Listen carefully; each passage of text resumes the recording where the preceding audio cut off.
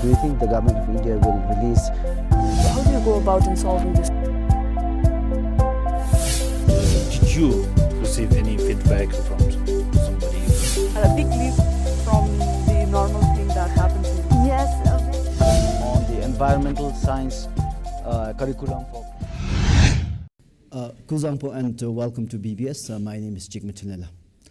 Tonight we are bringing you a very important discussion, a discussion which concerns us, each one of us, and that is the quality of education.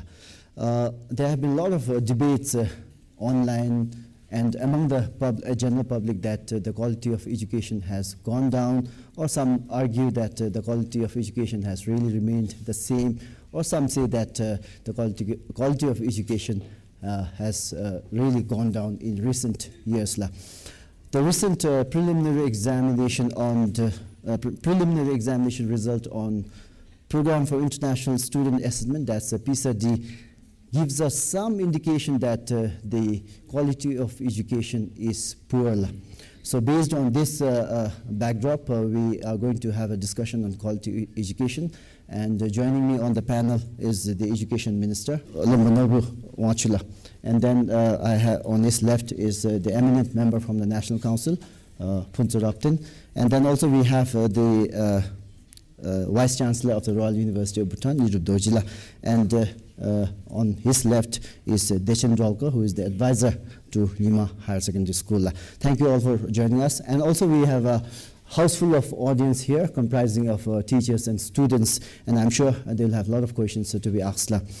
To begin with, I'll have one question each to each of the panel member here, and then set the floor for discussion, open deliberations. My first question to Lambola. The outcome of the PISA-D, which took place recently, is not that good. So, which gives us some indication that the quality of education is not up to the standard compared to the international standard. How concerned are you? Well, I am concerned, but let me put this into a perspective. Let me put this into a context. The familiar narrative of education, familiar to all of us, is that our education so far has been a story of success. And it has been a story of success because as a country, as a society, as an economy, where we are today, as a proud nation, with an economy that is growing over the years, as a society becoming educated society. And it has happened because of the success of education since the time we started education until now. And when we look into what education has done for us, I think our education had been successful. There had been quality education. Now, having said this, now is the time that we prepare. And education's primary role is to prepare for the future, prepare our children for the future. And the future of our children is the 21st century.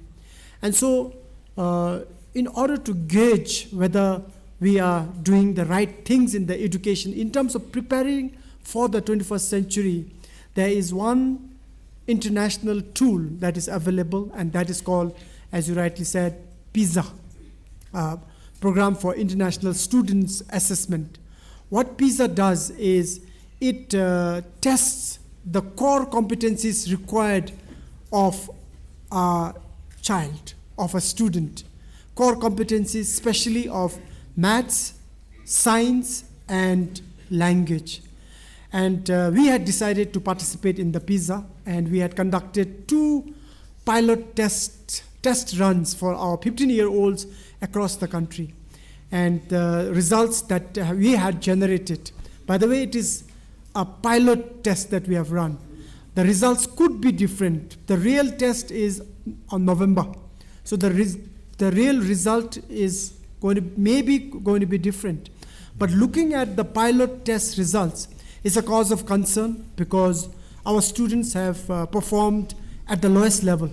So in the PISA, there's 6 levels, 6, 5, 4, 3, 2, 1. 1 is the lowest, 6 being the highest competency. Our children have performed at the lowest level, level 1. So it is a cause of concern that perhaps we need to work harder. We need to look into do some soul searching in our education system and see how we can better prepare our children for the 21st century, for their world, for their future. Let me ask the NC member, Puntarapten. We know that the National Council has deliberated quite a lot on education system. Were those deliberations in line with what we are discussing right now, quality of education? Thank you. In fact, the concerns being echoed when it comes to the quality of education from various quarters of the society was being taken into consideration. And in the last National Council session, we had an intense debate. So therefore, today's context on quality of education is very much in consonance with the concerns of the National Council deliberating on the issue of the quality of education. Yes. What were some of the recommendations? We know that the National Council came up with several recommendations to improve the quality of education. In fact, we had hosts of recommendations submitted to the government for consideration. In fact, to be precise, we had about 21 recommendations under 4 broad areas concerning, number 1, on teacher performance, 2 on curriculum, 3 on the assessment of the student or outcome, and 4 on the budget allocation. So if I have to narrate different recommendations under all these 4 areas, I think probably I might take all the time, but I wish to leave this for later discussion. Last, thank you. Mr. Nirudojila, one of the concerns when we talk about quality of education is the quality of teachers. And now with the 2 colleges of education, people are raising concerns that our teachers are not up to that standard, those graduating from the 2 colleges of education. What do you have to say on this? Yes, thank you very much for the question. I agree with you that the quality of education of a country is as good as its teachers. And as the university responsible for educating the teachers for the education system in the country, the Royal University is deeply concerned with the quality of graduates that we produce from the 2 colleges of education. We have actually taken this to heart and are putting in efforts, concerted efforts, to improve the quality of delivery in the college so that the quality of graduates when they leave the college will be much better than what it is perceived to be currently. But having said that, the 2 colleges of education, Paro College of Education and Samchi College of Education, have been in existence for decades. As most of you, I would imagine, are alumni from either of these 2 colleges, and you would know more than me what the quality of provision of education in these 2 colleges are. But I would like to say that these 2 colleges have produced the teachers that have actually gone to the schools, including the very remote ones in the country, for several decades now, and have educated Bhutan's youth. And to be fair, I think we have done a good job, considering everything. But that's not to say that it needs no improvement. Definitely, I think there is a lot to be done. And as I mentioned earlier, we are putting in various efforts to see how we can provide, facilities, provide better delivery in the 2 colleges of education, so that the teachers who leave the colleges are better prepared to, educate our youth much better. I think we need to realize that it is not just, teaching from the textbooks now. I think as teachers, we have to realize that. And I think if we are gauging the quality of education by, how much content a teacher or even a graduate has, I think that's a wrong measure, because quality of education, I think there are many parameters, which form the basis for measuring the quality of education. So, as I mentioned earlier, we are now collaborating with the Ministry of Education, discussing with them how we can improve the provision of teacher education in these two colleges. And I'm happy to say here that we have agreed upon some steps to be taken in the near future, and hopefully those will make a difference. Thank you. There were also talks about phasing out B.Ed courses in the near future. How true is that, and when will it happen? That is a decision largely taken by the Ministry of Education, so I think the Honourable Minister would be in a better position to explain the policy shift that the Ministry is taking rather than the university. The university, as I pointed out earlier, we provide the education in our colleges, and we actually align what we do with the policies of the Ministry of Education. Yes. And yes, it is true, we have discussed whether it would be better to now induct graduates rather than high school leavers into our colleges of education, and this talk is still ongoing. We have not finalized yet, but the moment that we make a decision, it has to be based on real evidence, which we are gathering at the moment. Yes. Let me ask Dechenla. You have been in the education system for quite some time in various capacities. So I'd like to seek your view about the quality of education, the status of quality of education in the country right now. Based on the deliberations that have been going on so far, it's correct to say that we can't really give a definite number or a decision saying, yes, the quality of education has gone up or down. But if I may talk about PISA-D,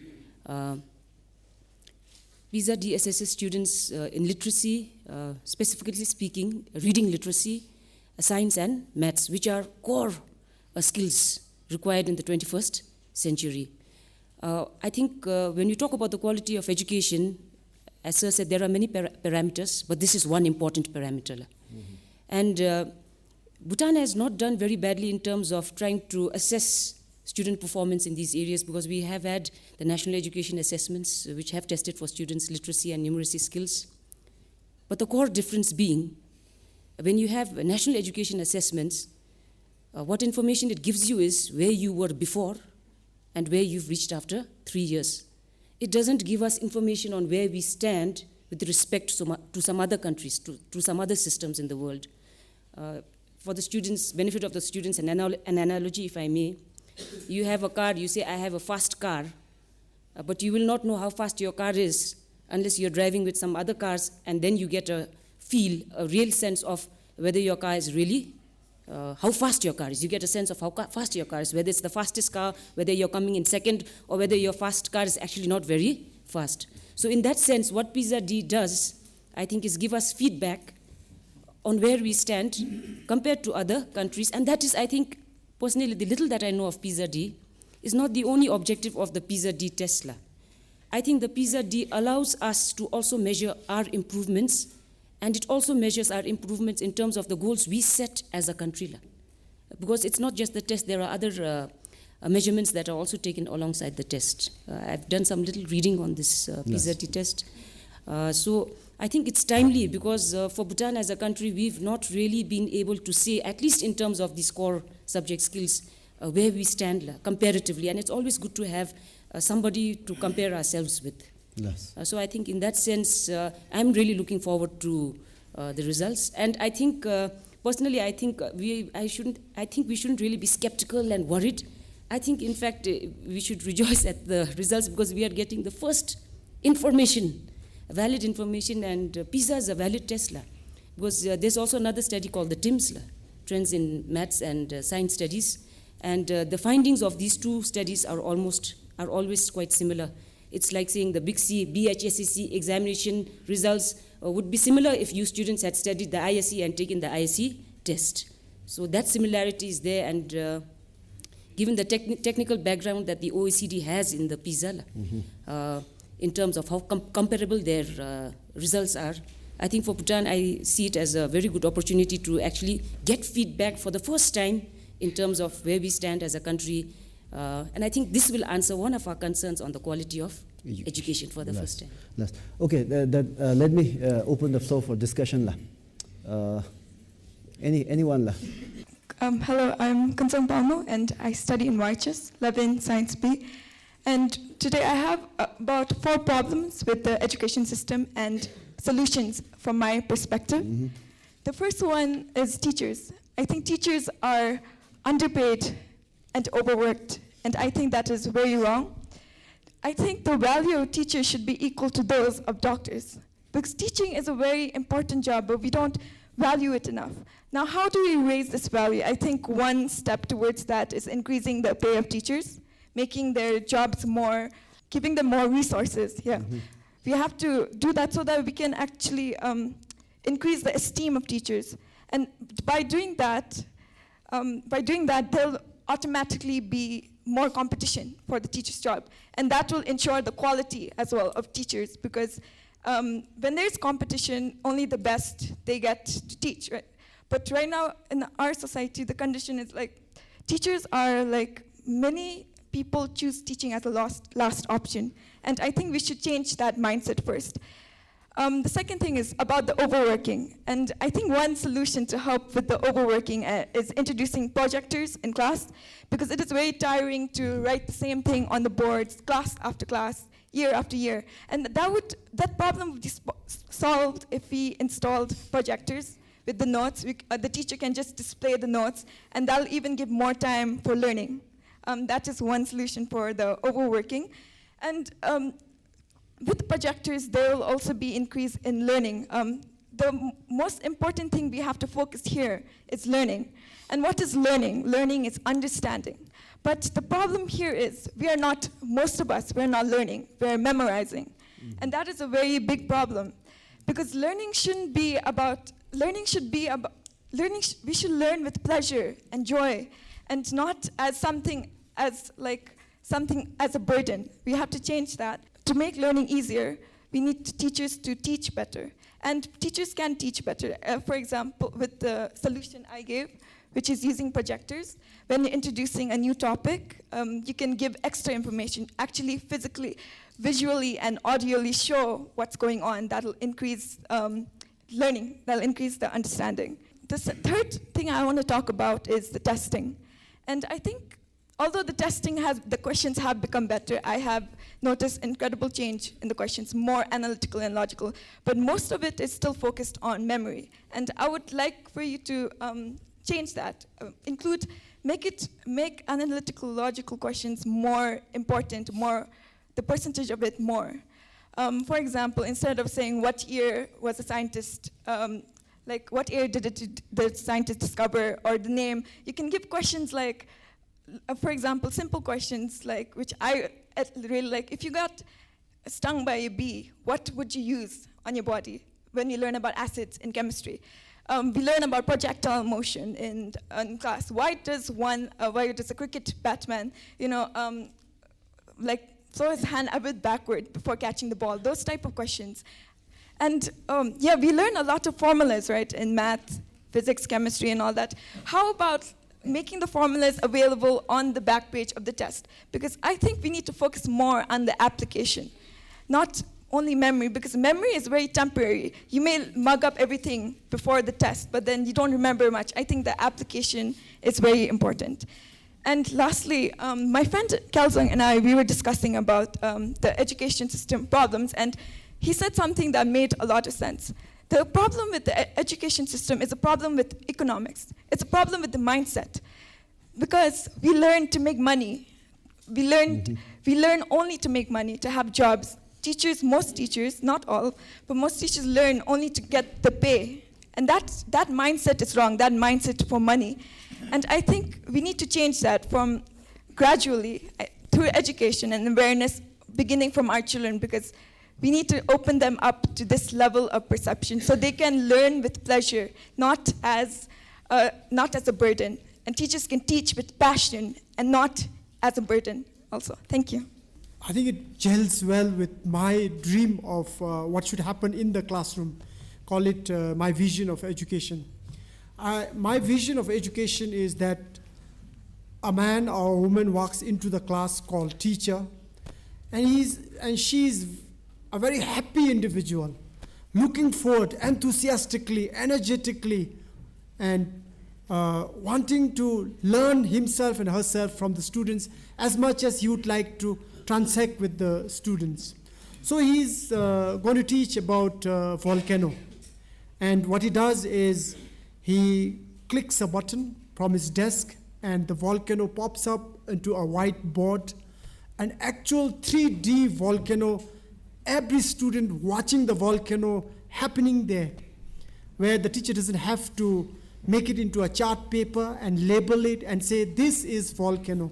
Actually, the teacher can show this volcano and discuss about volcano. And how should the students be? Every student with their laptop, you have all the textbooks in your laptop and all the resource materials related to the text and the lessons are on the laptop. This is the dream that I have. And this is where we would like to head to. But then it's a journey. It's a journey. We had made this journey. It's not that we are going to make this journey afresh. We had made this journey long time back. We have made long miles. But there are miles to go, and there are obstructions. We have to clear the path gradually. Paths such as our teachers are overworked. We have to reduce the workload, and that's why we are working on it. Our teachers are not happy. We have to make them happy. How do we make them happy? We make them happy by not making them do other admin and management job, and give them remunerations that they would feel is reasonable for their work. We can make them happy by giving them a master's qualification, opportunity for a master's qualification, which indeed is something that we are exploring. And we could give them PD every year, which is happening already, a smooth career progression. So all of these are happening. Digitization of curriculum is happening.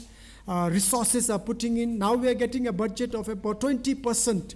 And education is one ministry which has the maximum share of the budget every year that we get. So things are happening. And to reach that dream, it is a goal, and I am confident that sooner, rather than later, we would be able to achieve this dream. I'd like to ask the NC member here. The National Council did a review on the education system, and one of the recommendations was infrastructure in the schools. So I don't want to ask the question to the Honorable Minister here, because I'm sure he'll have so many things to talk about. So I'd like to hear the NC member's view. What is the status of infrastructure in schools? Because that plays a very important role, especially in children learning. Thank you so much. When we talk of infrastructure, from the NC's perspective, we were focusing on the enabling environment of our teachers, or let's say learning environment in the school. So in this context, you will all agree that our teachers at the moment do not have adequate facilities like private space to work. If you walk into a staff room, you will find that all teachers are congested, crammed together. They could hardly see each other because the space is limited, and in front of them, they have huge piles of notebooks to be evaluated or assessed. That is the condition. 2, we are talking about ICTization, digitization, and we know that in the public schools, the access to computer is about 40%. And when it comes to internet access, it is about 45%. So this is where the Education Ministry is putting in a lot of resources really to enhance the working environment of our teachers. And when it comes to classroom teaching, as rightly pointed out by one of the members here, we are still with the traditional approach of teaching. It is teacher-led chalk and talk. Now it's high time that we shift the focus from merely teaching the content of the textbook to student-centered learning. And in doing so, we need to revamp the resources or facilities currently available in our schools.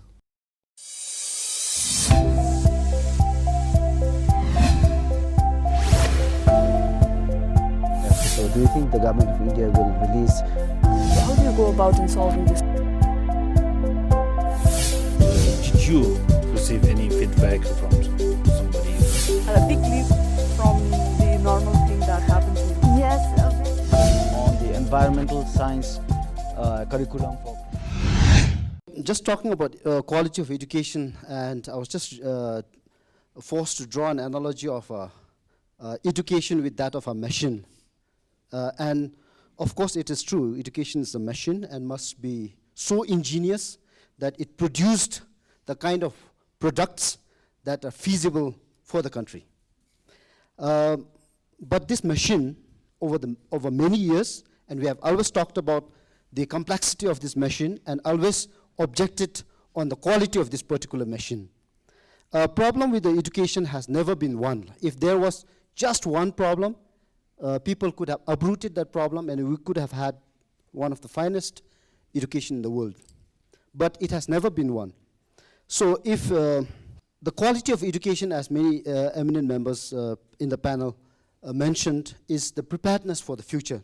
But if you look at the kind of future that we are going through, and particularly for Bhutan, we are going through increasingly volatile, increasingly unpredictable, increasingly complex kind of future. And more so because the world is actually globalizing. And therefore, our children have to navigate through unfamiliar terrains. Unfortunately, over many years, our education system has handed over them just the maps, and we have never given them the campus. Therefore, we would land up talking about quality of education today and for many days from now. My observation is our society has gone ahead, but education is going much, much behind. All that we are trying to do is, education is trying to solve the problems that the society is leaving behind. Rather, our attempt is to put the horse ahead of the cart, not cart ahead of horse. That could solve the problem. My question here is to the education minister and also eminent member of the council. This relates to budget allocation. Worldwide, we have seen 9% of the GDP being allocated to education. But here, about 3 to 4% of the budget allocation is given to the education. And this education, the budget allocation, we cannot really flaunt about having given the highest percentage being allocated to education.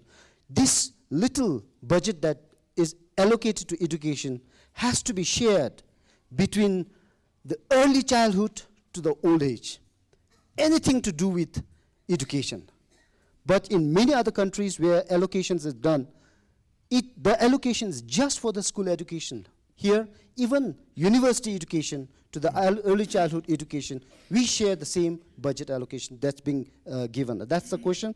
And whether that allocation and that budget is sufficient enough to talk about solving the quality of education. That's number one. 2, I have a question for Vice Chancellor. Sir, you said we are now having a dialogue. In 14 long years, if the dialogue has never taken place, would you think teacher quality could have been solved? Thank you. Perhaps resources will never be enough. Developed countries like Singapore, Canada, Finland, despite being developed countries with luxury of resources, they still talk about resource constraint, budget, shortage of budget. And we are a least developed country. We have problems of budget. Having said this, because we are fortunate that everybody thinks alike when it comes to education.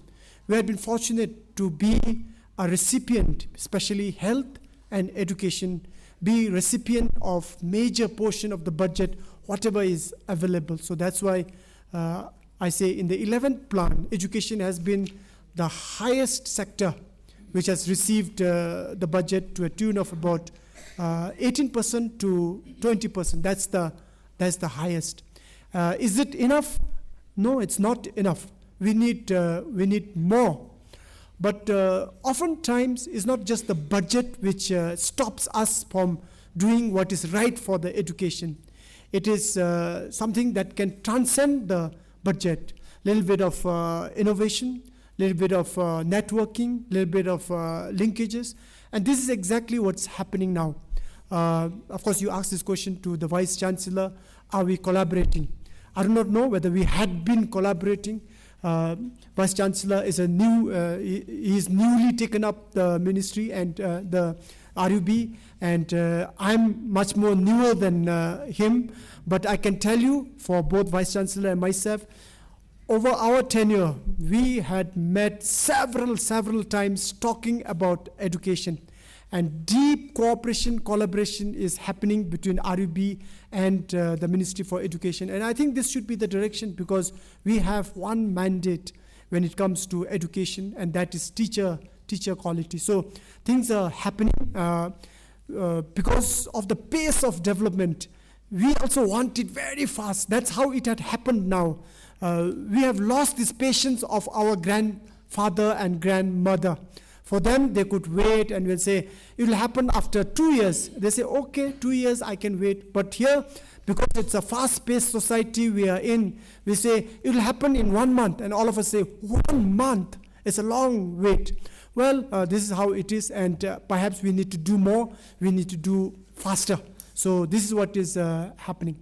In order to answer Reverend Chin's question, I think I must give a little background of the Royal University of Bhutan.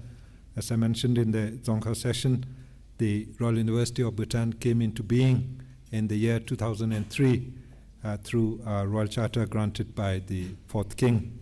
And we were then almost a part of the Ministry of Education. We used to share the same facilities, same, in some cases, human resources and so on.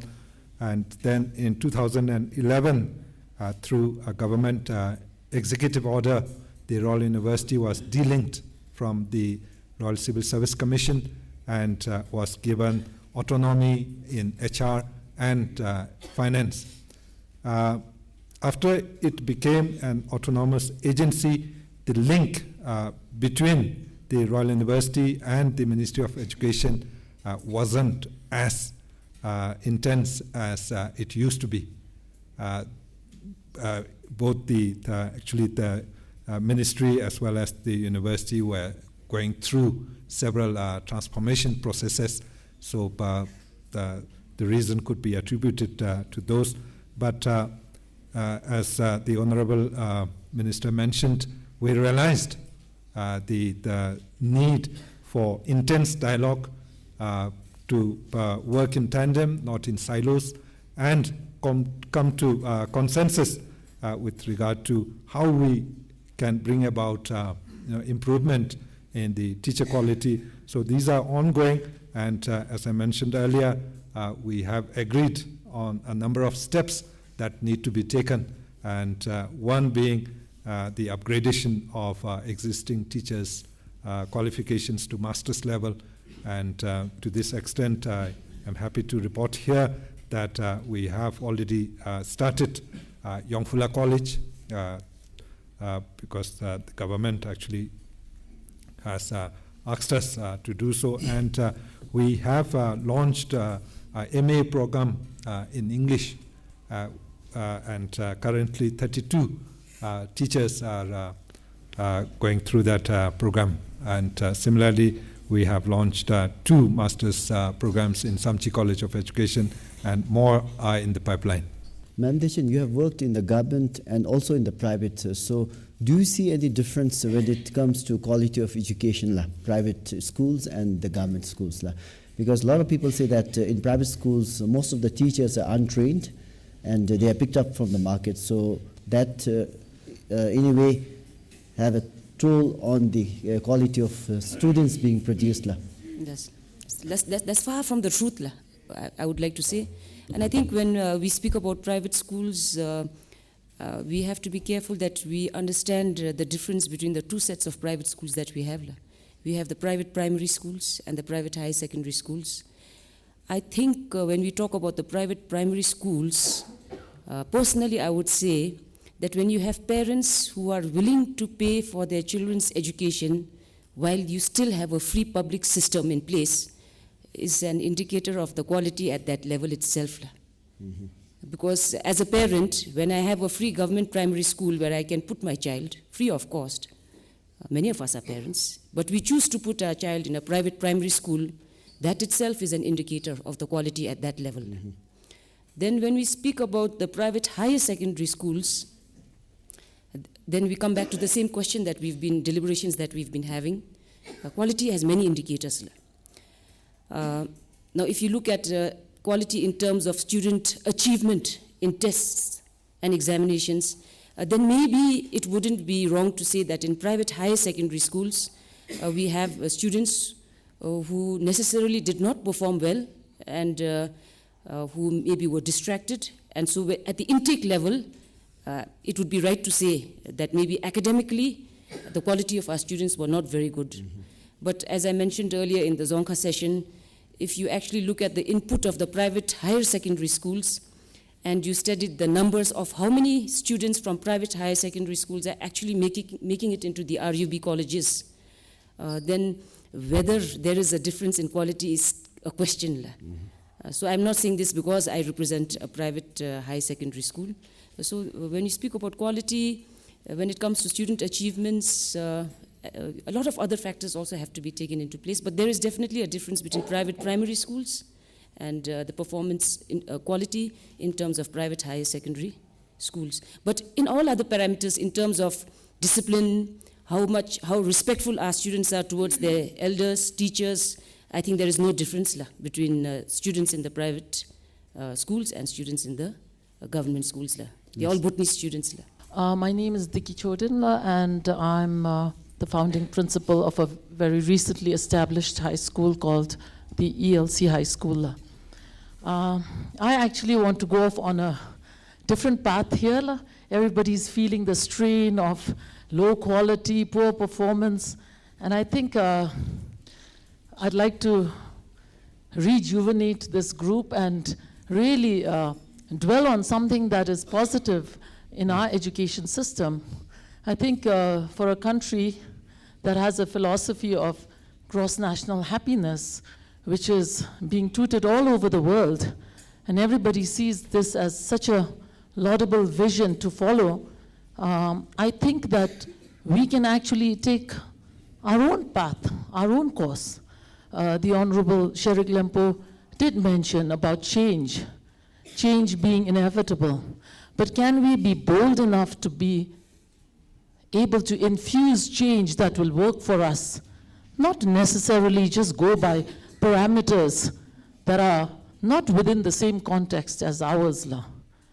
If a young king could come up with a philosophy that was so simple and yet so profound, and keeping that as the Northern Star to guide us, don't we have that kind of capability and the confidence to chart our own course?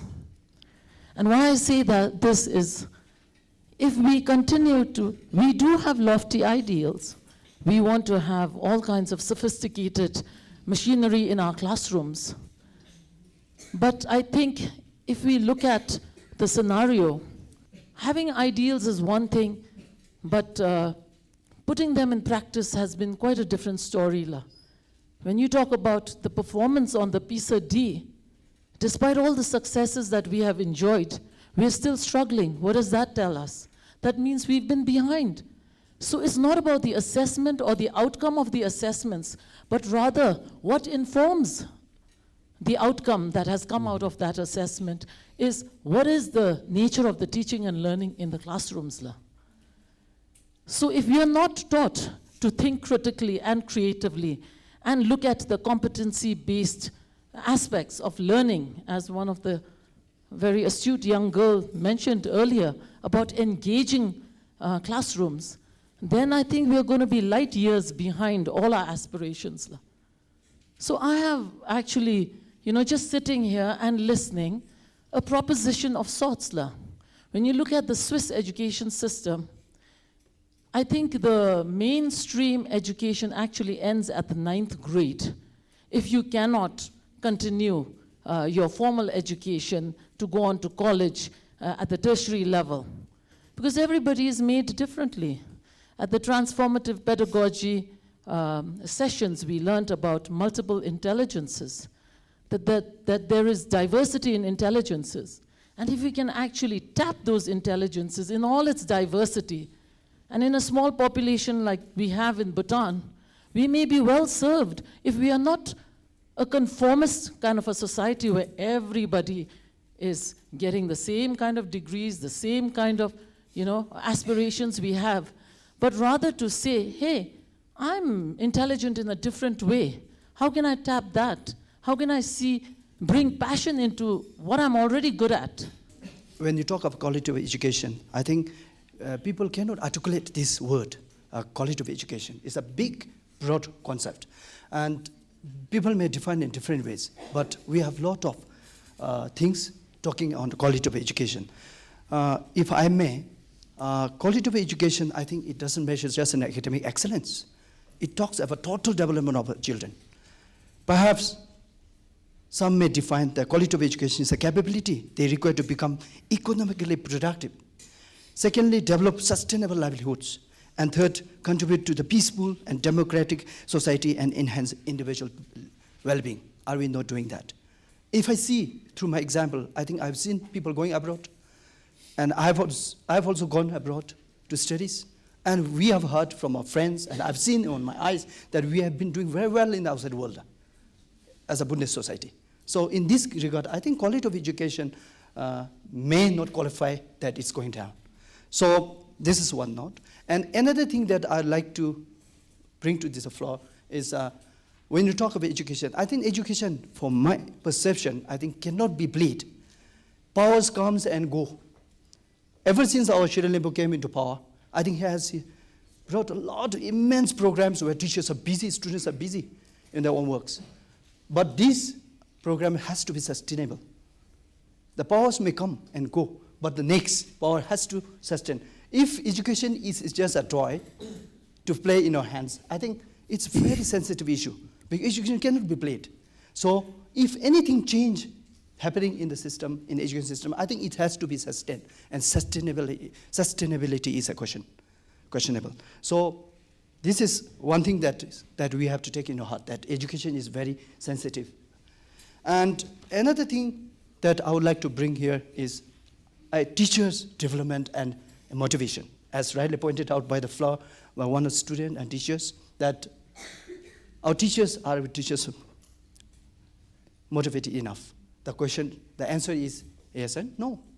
The one thing that quality of education, and I must experience here, that I must tell that I had an opportunity to interact with 19 countries' teachers when I pursued my diploma in New Delhi in education planning and administration. So I was comparing the salaries of the teachers in those countries. And ours is not bad.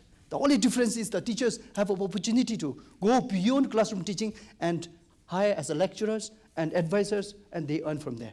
And financial incentive is an issue. So are our teachers allowed to do that? So that is also a question. Most of you here agree that quality of education has not really gone down. How many by show of hand, how many of you do you think that quality of education has not really gone down? Well, I think almost all. I can see Mr. Sringdorji not showing his hands up, so he must be having some good reason why. Why does he think that the quality has? Actually, as expressed, I wouldn't really say whether the quality has gone up or gone down. In fact, I'm just forming an opinion of what the quality is, which quality we are talking about. So that's why, like I was, if you are very specific about this quality, maybe academic quality, then I would have done a better job. Or maybe behavioral quality, maybe I would have done a better job. That's why when we talk about quality, there are so many compositions within that quality which needs to be qualified. That's why I'm really not able to give my firm opinion of whether the quality has gone up or gone down. Thank you. I think we are really running short of time, so we'll have to conclude here. And I would like to give opportunity a minute each to all the panel members here. A concluding remark, starting from Ma'am Deshinla. I'd just like to say thank you for this opportunity. It was a learning experience for me, because as teachers, I think it's important that we take every opportunity that we have, not only to share what we know, but also to learn. And as Madam Diki said, I think to end on a positive note, I wouldn't like to again go into the business of talking about the quality of education, but one indicator of where our education might be headed would be how well the young lady at the back spoke today. So I would take that today as an indicator of the quality of education, if not for the whole country, at least for today and for this particular session. Last, Mr. Nidham. So what is very important is not, to teach the children from textbooks, but rather to, as Madam Diki mentioned, to teach them to think critically, analytically, and with the plethora of information, all kinds of information, through social media and so on. I think it is important to equip our children to, sift the essentials from the incidentals.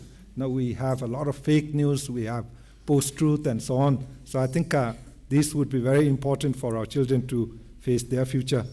But in the end, the question is not what can be taught or not taught.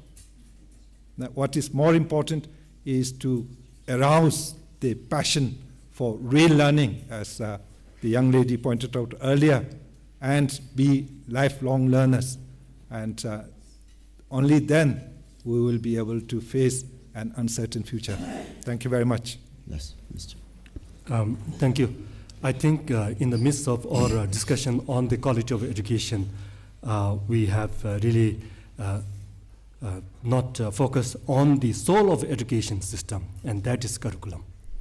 And I think in discussing on the curriculum, it is high time in our education system that our curriculum is current, relevant, and of right size. These three things, I think, are very important in order to transform our education system. And lastly, when we dwell on the quality of education, I think it is equally important that we ponder over why teach, what to teach, and how to teach. Thank you. Yes. Well, finally, what kind of a graduate we groom out of our school system is not entirely a consequence of the schools. It also depends on whether things like whether the mother had been smoking when she was pregnant, whether the father and the mother were quarreling when the baby was sleeping, whether and the home front, whether the parents had been taken care of, whether the society as a whole had been providing the conducive environment for rightful growth to take place for the young children. So it's not just the consequences of what happens in the school, but it's also in the home front and the society front. So it's complex. It's multi-dimensional. Many actors are involved, not just principals and teachers and educators, but parents, society, government, policymakers, everybody is involved. So finally, I urge everyone to jump on board education, because education is exciting, education is so important. Yes.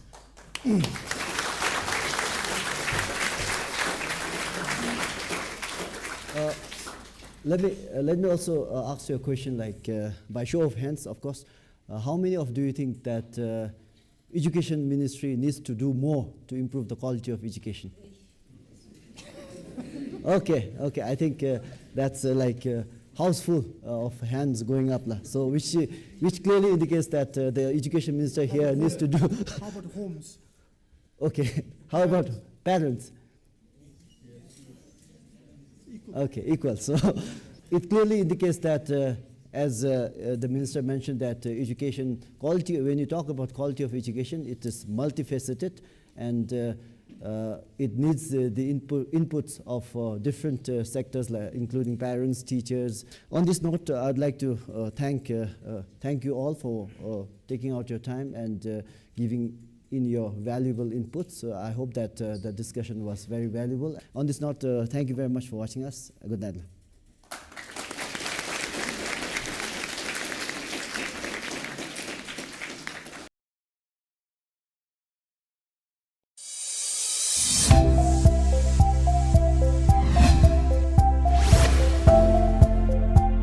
So do you think the government of India will release? How do you go about in solving this? Did you receive any feedback from somebody? A big leap from the normal thing that happened to you. On the environmental science curriculum for